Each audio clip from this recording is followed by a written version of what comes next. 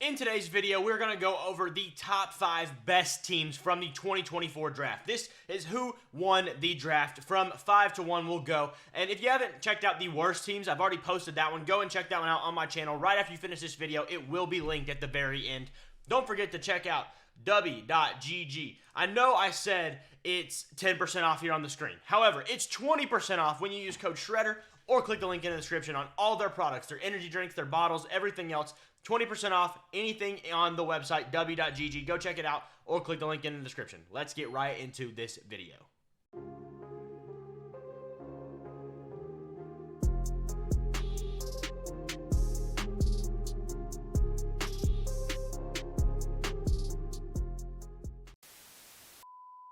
We are going to start this video off with our 5th best winner. So the best winner, the overall winner of the draft will be the final one. So going with that, starting off, the Chargers to me are the 5th best winner of this entire draft. So you start off by saying why. Well, number one, Joe Alt is a very good tackle prospect. This guy is clearly the far and away best tackle in the draft. Could they have gone Malik Neighbors? Should they have gone Malik Neighbors? Maybe. You know, you can argue that because their best receiver right now is probably Joshua Palmer, that they could have used a receiver far more than a tackle. However, this pick was, disregarded on a lot because Joe Alt showed off pretty poorly at the right tackle position during his Senior Bowl or whatever it was that he was tested at. I can't remember right now. Maybe it was the Combine. But I don't have a problem with that. You're instilling a brand new brand of football to this team. You're bringing in Joe Alt, a guy who, put him on the line, he'll be fine once he gets to, get the hang of it for a little while. You're not letting him touch the left tackle spot because Rashawn Slater is so good, but that's not a problem. In round 2, Ladd McConkey, really good wide receiver prospect. I thought he could potentially be a round 1 pick, except for the fact that he's pretty much just a slot receiver, but at the slot position, very, very good. This guy, pristine routes, quick, he's going to get off the ball, and he's going to be productive, especially with Justin Herbert throwing to him. You're not worried about anything here. Junior Colson, the only reason I don't love this pick is because of the fact that Peyton Wilson was on the board. Peyton Wilson being probably the best total linebacker here. However, the one thing I will give them is Junior Colson is the best Mike linebacker available. This guy is certainly probably the best play caller in the draft. Maybe Trotter would rival him here, but if you want a Mike linebacker, Junior Colson's the way to go. Not to mention, he's a Michigan guy, Jim Harbaugh. What else do you have to say? Iboigbe, or however you say his last name, in the 4th round. Not the biggest fan of this pick, but it's fine. Tarheeb Still, Cam Hart, I like double dipping at corner in the late rounds. Getting guys that at a position you do really need, to be quite honest, but not, wasting a bunch of high picks on them when you have higher needs in receiver and O-line. Kamani Vidal, solid pickup. And then finally, wrapping up with double wide receivers, Brendan Rice, and then another Michigan man, Cornelius Johnson. The Brendan Rice pick, I think this might be the best place for Brendan Rice to be that is not Chicago. Because Brendan Rice, yes, he's the son of Jerry Rice. That doesn't mean he's going to be all that great. And is he going to be all that great? Probably not. Do I have hope that he can maybe be pretty decent? Sure, I think he could be pretty decent. Will he be great? Probably not. However, here in LA, he'll get a chance to, fight for a playing time because they don't have a whole lot of receivers. Ladd McConkey's probably their 1. Josh Palmer's probably their 2. But their 3 is probably wide open. Quentin Johnston has a leg up. But if he keeps catching everything with his body, it ain't going to be a high leg for long. Cornelius Johnson, I really don't see him as a great pick. They probably just picked him because it was another receiver, a position of need from Michigan. Kind of just what it is. But Brendan Rice could be a solid pickup late in this draft that could turn into maybe something down the line. Going forward to our 4th best team, the Arizona Cardinals. Tons of picks here. However, they needed to improve their roster drastically, and they did well at doing just that. They pick up Marvin Harrison Jr. We don't have to talk about him at all. There's nothing needs to be said. This is the best receiver prospect we've probably ever seen in a draft, and definitely recently. Darius Robinson at 27. Best player available at the position of need. Could they have gone Nate Wiggins? Sure. Could they have gone Cooper DeJean? Sure. Could they have gone Peyton Wilson? Sure. Wouldn't have hated any of those picks. However, the edge rusher position is very important. Darius Robinson can play inside, but also can be an edge rusher, I think, in a more of a 4-3 defense. Do they go to a 4-3? I don't know. But either way, you've been playing nobodies at edge for the last 3 years. get a legitimate edge rusher prospect. Darius Robinson's just that. I think he could be fine off the edge. Maybe not a number 1 guy in the league, but he could be a number 2 for a long time. So next year you may be able to grab a 1 and he's your 2 forever. Max Melton, solid cornerback. You know, there was a few better guys on the board, but I don't dislike Max Melton. And if he specifically is the guy they like, whatever, so be it. Trey Benson, this is my favorite running back in the class. And the fact that you got him, I think, at running back 3, easy steal. One of the best overall picks in the draft simply because of the fact that he's the best running back in this draft class. It's not really a debate to me. I don't think it's close. Trey Benson is the best overall back. He does everything, and it's just, he's not a speed back. He's not just a receiving back. He's not a power back. He can do it all. This guy can be very good. And with James Conner, you know, probably winding down the end of his career, very much of a needed pick here as well.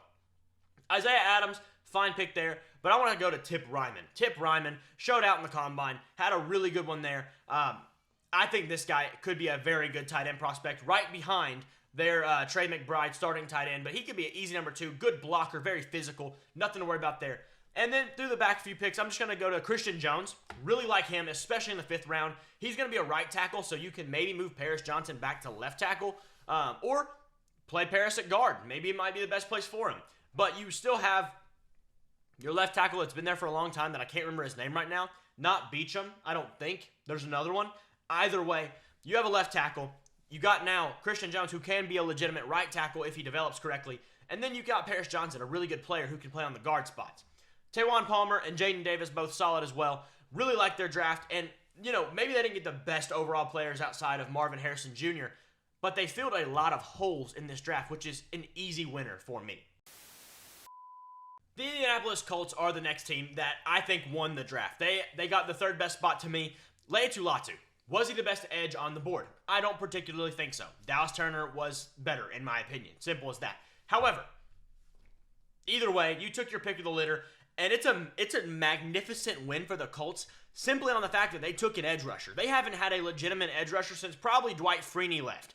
Kwity Paye was never really an edge rusher. This guy can come in and be productive ASAP. There's no question about that. Then, the best pick of the draft, in my opinion, A.D. Mitchell should not have been here. Simple as that. I don't care about his, low blood sugar receiver that I like a lot. But beyond that, Josh Downs is simply a slot. You have Alec Pierce on the other side, who I really think will be instantly replaced by A.D. Mitchell.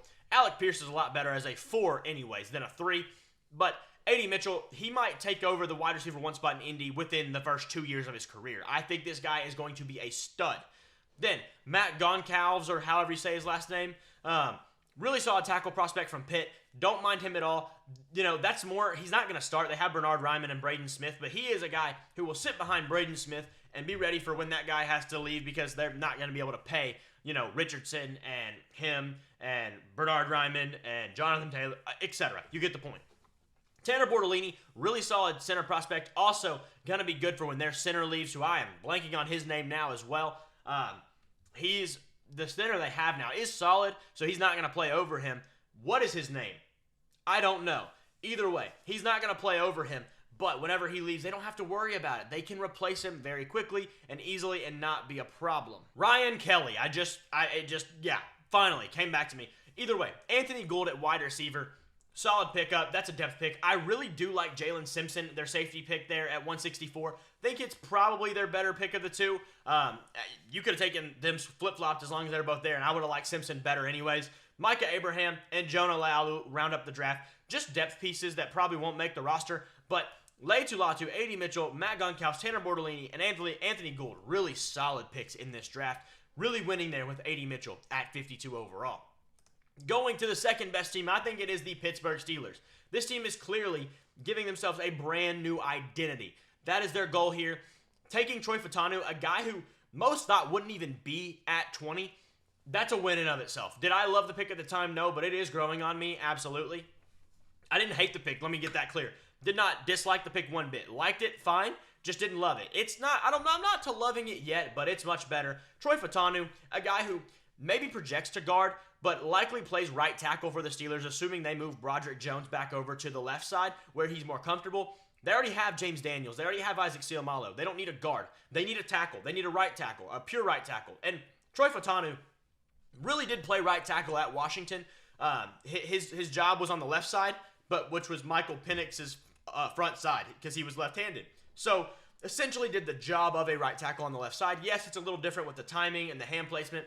However, the same job applies. In round 2, getting Zach Frazier. Probably the best pure center in this class. Not a bad pick at all. One of, honestly, my favorites in round 2 and in day 2, period. Zach Frazier was really shocked that he was still there, honestly, after Jackson Powers-Johnson went about 20 picks, 15 to 20 picks earlier. Didn't think he was going to be there, but he was. They got their guy. I think that was a no-brainer for Pittsburgh. There was no other route they'd go. Then at 84, getting Roman Wilson. They needed a receiver badly. Very, very, very badly. And, is Roman Wilson the best receiver in the world? No. However, what do the Steelers do in the 3rd round with receivers?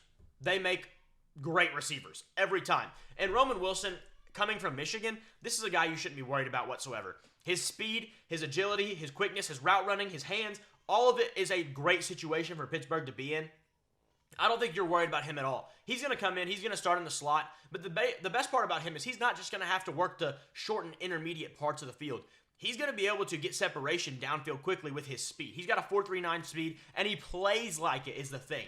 Guys, Xavier Worthy, he's 4.2 speed on the dot, but he doesn't necessarily play like that all the time. He's got some shiftiness to him, but in a straight line, you're going to get to your top speed very rarely because of, the intricacies of it. But either way, Peyton Wilson at 98, probably the best value pick of the entire draft this year. This guy could have gone in the 1st round, and most people wouldn't have batted an eye except for at the medical issues, which, he doesn't have an ACL in one of his legs. Neither did Hines Ward. Neither did Frank Gore. Neither did a lot of NFL players that have turned out to have really great careers. This guy, the Steelers have been looking to fix their middle linebacker room since Shazier got hurt. This is probably the closest player to Shazier that we've seen in Pittsburgh since then, and that's a great thing to see. Can, blitz with the best of them, can cover with the best of them at the position. You're just not worried about him with his athletic ability.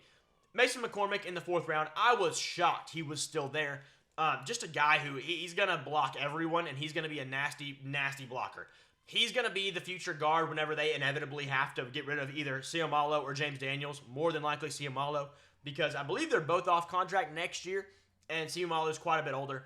But this guy, I wouldn't be shocked if, by the end of year 1, we're waiting on this guy to come in. Nothing negative about Siamalo or Daniels. I just think this kid should not have been there. He could have been a 2nd-round pick at the guard position, which says a lot, and great pick. Logan Lee, not the biggest fan. He's a little undersized. They listed him at D tackle. I listed him at a D end. I don't think he's going to really play a D tackle, a nose tackle, and especially in Pittsburgh, they like their 2 D ends. Their Larry Ogunjobis and their Cam Haywards, their Stephon Tuitt's, who are all slightly undersized for D tackle, but were listed out there out of the draft. Then Ryan Watts in the 6th round. They needed a corner pretty badly, and they did wait, probably because Peyton Wilson being available to them, they had to take that one. They probably would have taken corner at that 398 spot if they could have. But getting Watts late, Watts is one of those freaky prototype guys that you build on Madden. He's got the frame, he's got everything you want, and really just a great draft overall. Ryan Watts, is he going to play this year? Probably not. However, I think he can profile into a really good safety or slot corner in the future for sure. Going to the winner, the Philadelphia Eagles. They can't keep doing this, man. Quinion Mitchell at 22. No one thought he'd be there. No one thought he'd be past 12. Yet, they land him. Not to mention, they get my favorite corner. They get both of the best corners in the entire draft. Cooper DeJean at 240. How do you even get that? Cooper DeJean he's going to play corner. I don't think he plays safety for this team. You might say that he projects more at safety. No, he doesn't. This guy is a corner. He plays well in off coverage. He plays well in press coverage. He can do it all. He can play in the slot. And I think that's probably where he lands. Now, maybe he moves outside some because they did bring back Avonte Maddox. But you have Darius Slay. You have Quinion Mitchell. Then you can play, quarters, nickel, dime coverage and have Avonte Maddox and Cooper DeJean both roaming that middle third of the field. You're going to be in trouble every other offense there's, excuse me. Then Jalix Hunt, the edge, really solid prospect from the 3rd round. Good value there. They needed to, establish his defense better, and that's what they did. Will Shipley in the 4th round, a guy who I liked pretty well. Don't think he should have been there in the 4th. Probably thought he was a 3rd.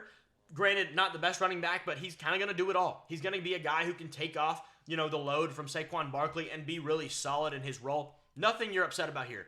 Taking 2 receivers in the last, 5 picks they had, little strange. Didn't really, love either prospect. Johnny Wilson, the idea of him is awesome.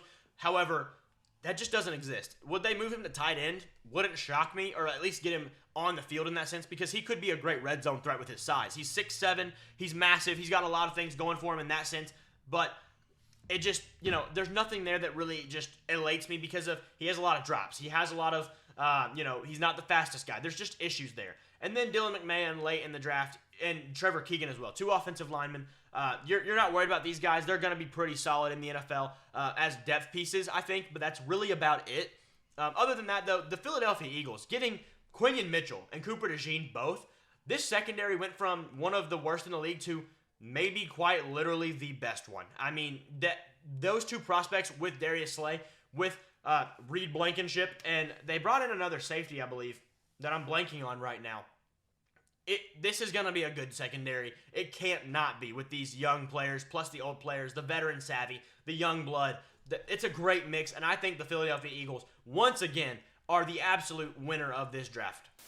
That's going to be it for this video. Let me know what you think about this video down in the comments below. Who won the draft in your eyes? Who was the best pick overall? Who was the best team overall with their whole class? Let me know who you think that is in the comments. Don't forget to check out Dubby.gg and use code Shredder for 20% off your order of anything on their website. Either way, thank you guys for watching, and I'll see y'all in the next video.